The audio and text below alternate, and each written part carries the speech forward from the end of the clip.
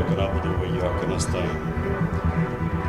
पहले तो मैं ये हमारे बार से हमारे वकील ने बात की कि यहाँ होना चाहिए हाई कोर्ट फैसलाबाद में। मैं बिल्कुल आपसे मुत्तफिक हूँ, हर डिवीज़न के अंदर होना चाहिए।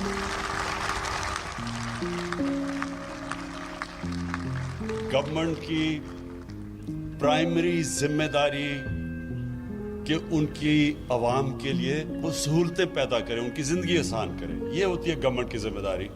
तो मैं तो बिल्कुल इसमें बिलीव करता हूँ कि हम डिवॉल्व करें, लोगों को दूर दूर जाना ना पड़े, घर बैठे बैठे उनको चीज़ें हों जो इंशाल्लाह जो लोकल गवर्नमेंट सिस्टम हम नया लेके आ रहे हैं, ये पाकिस्तान की तारीख में सबसे बेहतरीन।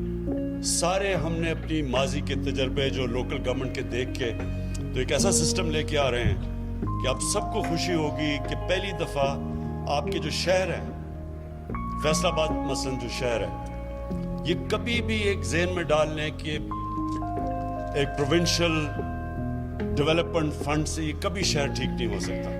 ना लाहौर, अगर हम ये समझे कि जो जो जो डेवलपमेंट फंड पंजाब का उससे लाहौर चलाएंगे, अगर आप लाहौर के ऊपर पैसा खर्च करेंगे बाकी पंजाब के इलाके पीछे रह जाएंगे। सारी दुनिया के अंदर जो शहर होते हैं जो कामयाब, मैं आपको दुनिया के मॉडल्स बता रहा हूँ कि लंदन है, न्यूयॉर्क है, पेरिस है, बल्कि तेहरान में मैंने जो जाके देखा, और बल्कि अब मुंबई के अंदर भी वही सिस्टम है। सब शहरों के अपने, अब वो शहर इस तरह चलता है जिस तरह एक मुल्क चल रहा है, उसका अपना मेयर होता है, इलेक्टेड मेयर होता है, जिस तरह लंदन का मेयर इलेक्टेड है, उसकी फिर पूरी कैबिनेट होती है।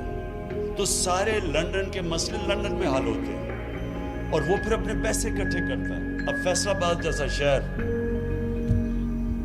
पाकिस्तान का अमीर तरीन शहर है, लेकिन उसको डिपेंड करना पड़ता है पंजाब से। जब गवर्नमेंट से पैसे आएंगे तो तब सड़कें ठीक करेंगी, तब हॉस्पिटल बनेंगे, तब यूनिवर्सिटी बनेगी। ऐसे मॉडर्न सिटीज़ नहीं चलती। तो हमारा जो सिस्टम है कि हर शहर का अपना इलेक्शन होगा, मेयर का डायरेक्ट इलेक्शन होगा, इनडायरेक्ट इलेक्शन नहीं होगा कि पहले यूनियन काउंसिल का इलेक्ट हो फिर वो करें, उसके अंदर पैसा चल जाता है बदकिस्मती से, वो पैसे दे के वो बन जाते हैं, वो बड़ा सिस्टम फेल हो चुका है। डायरेक्ट इलेक्शन मेयर का होगा, फिर मेयर अपनी कैबिनेट सेलेक्ट करेगा, उसके अंदर एक्सपर्ट्स होंगे, पानी के एक्सपर्ट्स होंगे, उसके अंदर एजुकेशनिस्ट होंगे, तो वो शहर एक पूरी तरह एक सेल्फ सस्टेनिंग शहर बनेगा और फिर अपने पैसे इकट्ठे करेगा। तो उसके लिए ये भी है कि इतने बड़े बड़े शहरों में अपना एक हाई कोर्ट बनना चाहिए ताकि अपने मसले आपके यहाँ ही हल हो।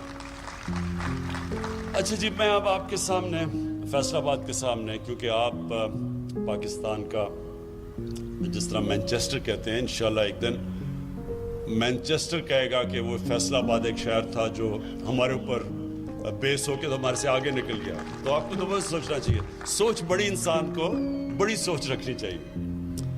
देखें, पहले तो मैं आपको अपनी पॉलिसी बता दूं कि मैं क्या समझता हूं कि मुल्क के लिए क्या पॉलिसी होनी चाहिए, इस मुल्क को हमने कैसे उठाना है। इस वक्त तो हमने ये सोचना ना कि एक पाकिस्तान जिसके ऊपर तारीखी कर्जे चढ़े हुए हैं, पाकिस्तान की तारीख में जो हमें 2018 का पाकिस्तान मिला, पाकिस्तान की तारीख में कभी इतना ज्यादा कर्जा मुल्क पे अंदरूनी और बैरूनी कभी इतना कर्जा नहीं चढ़ा हुआ था, कभी इतने बड़े खसारे नहीं थे। जो भी हमाद ने तकरीर में बताया कि जो हमारा ट्रेड करंट अकाउंट डेफिसिट था वो 20 अरब डॉलर का था, पाकिस्तान की तारीख का सबसे बड़ा डेफिसिट। यानी कि कभी भी कोई मुल्क आगे बढ़ ही नहीं सकता, कभी भी कोई मुल्क की सेहत अच्छी हो ही नहीं सकती जबकि अगर उसके मुल्क के अंदर जो डॉलर्स अंदर आ रहे हैं वो कम है और जो मुल्क के बाहर डॉलर जा रहे हैं वो ज्यादा है। यानी ये जब तक खसारा है, ना उस मुल्क की सेहत कभी ठीक हो सकती है, ना जो क्रेडिट एजेंसीज हैं दुनिया की वो कभी भी कहेंगे कि जी मुल्क की रेटिंग अच्छी है। वो हमेशा उस मुल्क को कहेंगे कि थोड़ी देर के बाद ये क्राइसिस में चला जाएगा। और सबसे बड़ा क्राइसिस क्या आता है कि उसकी करेंसी डिवैल्यू हो जाती है। जब जितना बड़ा आपका करंट अकाउंट डेफिसिट, उतना प्रेशर आपकी करेंसी पे पड़ता है, और जब करेंसी गिरती है तो क्या होता है, महंगाई आ जाती है। ہمیں بڑا برا بھلا کہا گیا جی مہنگائی کا, لیکن پوچھیں کہ مہنگائی کے پیچھے وجہ کیا تھی. سب سے بڑی وجہ یہ ہے کہ جو ٹریڈ گیپ تھا پاکستان کا, کہ کتنی پاکستان کے اندر امپورٹس آ رہی ہیں اور پاکستان کتنی ایکسپورٹس کر رہا ہے, اس میں اس ملک کی تاریخ کا وہ خسارہ تھا 40 ارب ڈالر کا, جو آج تک کبھی ملک اس کے قریب بھی نہیں گیا. جب 40 ارب ڈالر کا ٹریڈ گیپ ہو تو اس میں ملک کے کرنسی نے تو گرنا ہی ہے. اور کرنسی کو کیسے بچایا ہوا تھا؟ پہلے ہمارے پاس ریزروز کم تھے, فورن کرنسی ریزروز, وہ ریزروز بھی بلڈ اپ کر رہے ہیں قرضے لے کے ریزروز بلڈ اپ کر رہے ہیں, اور وہ ریزروز کو خرچ کر رہے ہیں روپے کو سٹیبل رکھنے کے لیے. اور وہ جو پیسہ تقریباً میرے خیال میں 15 یا 20 ارب ڈالر انہوں نے 5 سال میں صرف پھینکا روپے کو اوپر رکھنے کے لیے. اس سے کہ آرٹیفیشلی روپے کو اوپر رکھا, ریزروز بھی اپنے ضائع کر دیے, اور سب سے زیادہ نقصان اپنی ایکسپورٹرز کو اور اپنی انڈسٹری کو پہنچایا. کیونکہ امپورٹ سستی ہو گئی, ایک تو انڈسٹری ادھر مار کھا گئی, اور جب ایکسپورٹس مہنگی ہو گئی تو ایکسپورٹس ہو نہیں رہی تھی, تو ہماری ایکسپورٹس بھی گر گئی. تو جو ہمیں پاکستان ملا تھا وہ سب سے مشکل حالات میں, اور یہ بالکل ٹھیک کہہ رہا ہے کہ اسد عمر نے مجھے جب فائنانس منسٹر تھے تو انہوں نے مجھے بتایا کہ ہم لوگوں کو بتا نہیں سکتے کہ ہمارے پاس پیمنٹس دینے کے پیسے نہیں ہیں, کے اوپر رن ہو جائے گی, یعنی روپے اور گر جائے گا. اس لیے ہم بڑے مشکل وقت سے گزرے تھے, اور ہمارے باہر کے دوستوں نے ہماری اس وقت مدد کی جس کی وجہ سے ہم ڈیفالٹ سے بچ گئے. اور ڈیفالٹ آپ کو پتہ ہے, ڈیفالٹ کا مطلب یہ کہ روپے کے اوپر سیدھا پریشر روپے پہ جانا تھا, ہماری باہر ٹریڈنگ رک جانی تھی, ایکسپورٹس رک جانی تھی, اور روپے نے اور مزید گر جانا تھا. تو اللہ نے ہمیں اس بڑے مشکل وقت سے نکالا. اور آج جو جدھر ہم کھڑے ہیں, میں صرف آپ اس سے پہلے آپ کو اپنی فلسفی بتا دوں. دیکھیں, ہم جب بڑے ہو رہے تھے, اسکولوں میں تھے 60s میں, تو 60s میں پاکستان ایک مثال دیا جا رہا تھا ڈیولپمنٹ ورلڈ کے اندر. ہمارا پاکستان کا ماڈل بتایا جاتا تھا دنیا کو کہ دیکھیں یہ پاکستان کو دیکھیں یہ کیسے ترقی کر رہا ہے. ملیشیا, ساؤتھ کوریا, جو ساؤتھ کوریا آج دیکھیں کدھر پہنچ گیا, انہوں نے پاکستان کا جو فرسٹ 5 ایئر ڈیولپمنٹ پلان تھا انہوں نے اس سے سیکھا تھا. اور پاکستان کی دنیا میں عزت کیوں تھی؟ کیوں دنیا میں جب پاکستان کا پریزیڈنٹ جاتا تھا امریکہ, تو امریکن پریزیڈنٹ ایئرپورٹ پہ اس کو ریسیو کرنے آتا تھا. اور پاکستان کی ایک دنیا کے اندر ایک سٹیچر تھا. اور وہی نہیں, ہمارے ادارے بھی مضبوط تھے, ہماری جو ہاسپٹلس تھے, ہماری یونیورسٹیز تھیں, ان کو ریکگنائز دنیا میں کیا جاتا تھا. اور میرے ساتھ ملیشیا کے شہزادہ کے جسم میں پڑھتے تھے, مڈل ایسٹ سے لوگ یہاں آیا کرتے تھے. آج جو دبئی لوگ چھٹیاں منانے جاتے ہیں, دبئی کے جو شیخ تھے وہ کراچی اپنی چھٹیاں منانے آتے تھے. تو پاکستان کا ایک مقام تھا. ہم کیسے نیچے آئے, یہ بڑی دکھ بھری کہانی ہے, لیکن اس کی ایک بہت بڑی وجہ میں آپ کو بتاتا ہوں کہ ان دنوں میں رائٹ لیفٹ کی پولیٹکس تھی. ان دنوں میں کولڈ وار پیک پہ تھی. پاکستان میں پوری لیفٹسٹ موومنٹ چلی ہوئی تھی, سوشلسٹ موومنٹ. اور جب 1970 کے اندر جب ذوالفقار علی بھٹو جیتے تو انہوں نے سوشلزم, اسلامک سوشلزم کے نام پہ نیشنلائزیشن شروع کر دی. جب انہوں نے نیشنلائزیشن شروع کی تو اس وقت پاکستان کی انڈسٹری ڈیولپ ہو رہی تھی, ہمارے بینک تھے, یعنی پاکستان ایک بڑی اوپر کی ٹریجیکٹری پر ہے. لیکن کہا یہ جاتا ہے 22 خاندانوں کے اندر ساری پاکستان کی دولت میں 22 خاندان چلا پیسہ جمع ہو گیا. کیا چاہیے تھا؟ ہمیشہ اپنی زندگی کا تجزیہ انسان ہمیشہ اپنی زندگی کو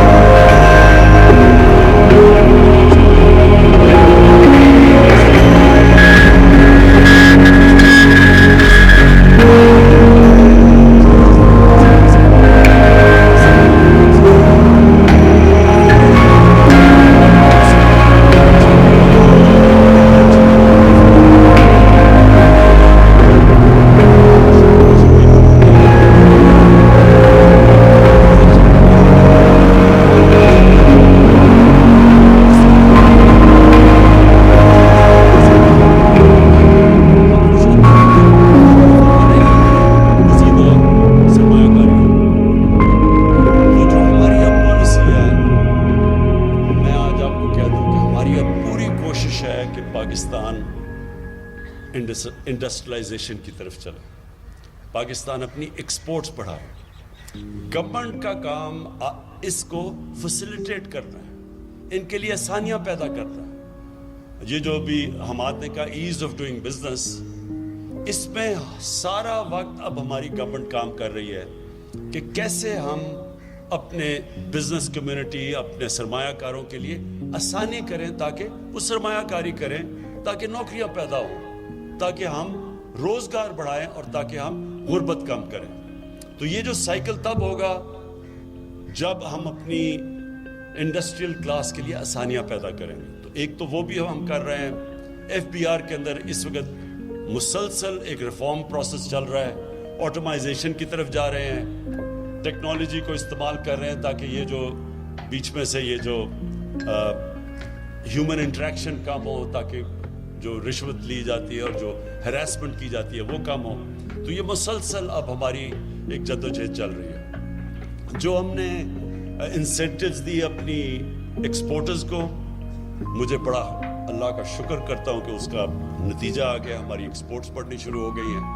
हम एक मुश्किल वक्त में, यानी ये जो कोरोना का जो ये पिछले 6 महीने गुजरे हैं, सारी दुनिया के ऊपर एक मुश्किल तरीन वक्त से दुनिया गुजरी है। उससे अल्लाह का करम है कि पाकिस्तान, हमने जो फैसले किए इस मुश्किल वक्त में, हमने अपने गरीब लोगों को भी बचा लिया, यानी बचा लिया बनिस्बत बाकी मुल्कों में जो हो रहा है, जो हिंदुस्तान में हो रहा है इस वक्त। हिंदुस्तान में गुर्बत बड़ी तेजी से ऊपर गई है। हमने जो फैसले किए उससे हमने अपने गरीब लोगों को भी बचा लिया और उसके अलावा हमने अपनी इंडस्ट्री को बचा लिया, एक्सपोर्टर्स को बचा लिया। और ये हमारे फैसले इसलिए बेहतर हो गए कि मुसलसल हमने बैलेंस करना था कि एक तरफ लोगों को कोरोना से भी बचाना था, दूसरी तरफ अपने मुल्क को भी बचाना था, अपनी माईशत को भी बचाना था, अपने इंडस्ट्री को भी बचाना था। तो ये इसके लिए मैं अपनी टीम को खराज तहसीन पेश करता हूँ। जो कोरोना की हमारी जो NCOC बनी हुई थी, मुसलसल हमें इन्होंने एक्सपर्ट्स के साथ मुसलसल हमें फीडबैक देते रहे, उसके लिए हमारे फैसले अच्छे हुए। दूसरी तरफ हमाद को और इकोनॉमिक टीम को मैं खराज तहसीन पेश करता हूँ कि इन्होंने भी सारा वक्त सोचा कि इंडस्ट्री को नुकसान ना हो, कैसे अपने लेबर को भी वो रख सकें, और उनके लिए उन्होंने फैसिलिटीज़ पैदा की। स्टेट बैंक गवर्नर, उसने बड़ा ज़बरदस्त काम किया, मुसलसल कोशिश करते रहे, मीटिंग्स हमारी होती रही, हम अपनी बिजनेस को, अपने लेबर को बचाते गए। तो इसलिए आज ये ठीक कहते हैं हमाद के WHO ने, वर्ल्ड हेल्थ ऑर्गेनाइजेशन ने आज पाकिस्तान की मिसाल दी है कि वो चंद मुल्कों में से जिन्होंने सबसे बेहतरीन नेविगेट किया कोरोना के दिनों में। वैसे मैं ये ज़रूर कह दूं कि अभी एक सेकंड वेव आ रहा है, हम देख रहे हैं कि केसेस फिर से बढ़ रहे हैं, और इसलिए आज हमने ये बाहर छोटी फंक्शन की और 300 लोगों से ज़्यादा फंक्शन नहीं है। और मैं जिन्होंने नहीं मास्क पहने हुए, मैं सबको कहूँगा कि प्लीज़ ये मास्क पहने, क्योंकि ये अल्लाह ने एक दफ़ा हमें बचा लिया है। एहतियात करके हम कोई चांस ना लें कि हमारी, अगर ये खुदा न खास्ता तेज़ी से अगर ये फैल गई और हमारे हॉस्पिटल पे प्रेशर पड़ गया तो हमें प्रॉब्लम्स आएंगे फिर इकोनॉमी के ऊपर और फिर गुर्बत के ऊपर। तो अपनी मैं इंडस्ट्री को आखिर में, मैं जो आपको आज ख़ास तौर पे यहाँ आया, एक तो मुझे बड़ी खुशी थी कि मैं जब यहाँ इलेक्शन से पहले आया था तो पावर लूम्स बंद हो रही थी, कई फैक्ट्रियाँ बंद हो रही थी और वो रियल एस्टेट की तरफ जा रही थी, और बड़ा मुश्किल हालात थे फैसलाबाद के। तो मुझे बड़ी खुशी थी आज जब मैंने अपने ये MPs और MNA से पता चलवाया, उन्होंने कहा जी आजकल लेबर नहीं मिल रही टेक्सटाइल की। तो मुझे बड़ी खुशी हुई इस चीज़ की कि शुक्र है हमारी रोज़गार बढ़ रहा है। मुझे एक और भी मीटिंग्स के अंदर बड़ी अच्छी बात आज सजेशन दिया गया, और मैं अपने चीफ मिनिस्टर को ये कहूँगा कि हमें अब स्किल्स, टेक्सटाइल स्किल्स के लिए इंस्टीट्यूट्स बनानी है ताकि उनको ट्रेनिंग करवाएं, क्योंकि आपको वैल्यू एडिंग के लिए भी आपको लेबर चाहिए।